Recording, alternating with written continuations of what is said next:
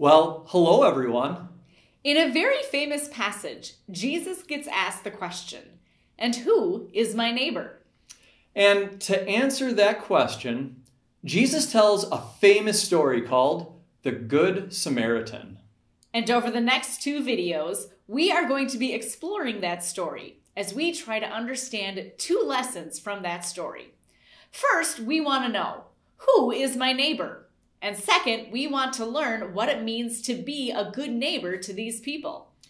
But let's start with that first question. Who is my neighbor? To do that, we want you to imagine the people who are closest to you on a normal day. For example, think about the people that are right next to you in your classroom. Usually in a school, there are lots of different kinds of kids that will be in your class. I know there were for me. Maybe some of those kids are some of your best friends. Or maybe some of these kids you don't talk to very much because they like to play different games than you. Maybe some kids seem kind of different and you feel a little shy to try to talk to them. Or maybe some kids are just mean. In fact, maybe they're bullies and you really don't like them at all.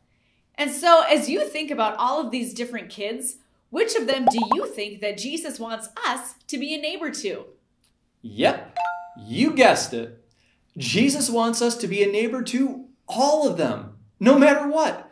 No matter who they are, what they look like, or what they've done. In fact, Jesus wants us to know that every single person in the entire world is potentially your neighbor. No one is excluded. But here's the thing. It's really hard to think about all 7 billion people in the world. It's too overwhelming, and if it's too overwhelming, we probably won't end up being a good neighbor to anyone. So here's what we want you to do instead. While everyone can be our neighbor, focus instead on your actual neighbors and the people that are near you every day. Who lives in the houses in your neighborhood? Are there kids that are right next door that you don't even know their names? Or who sits next to you on the bus? No matter who they are, Jesus wants you to be a good neighbor to them. Focus on the people that are right next to you every day.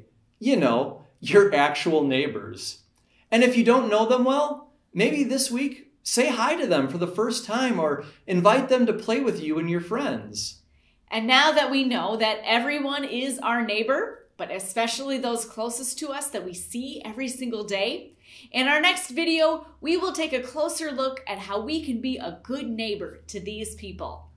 And I hope that helps you all understand our scripture passage just a little bit better. Goodbye, everyone.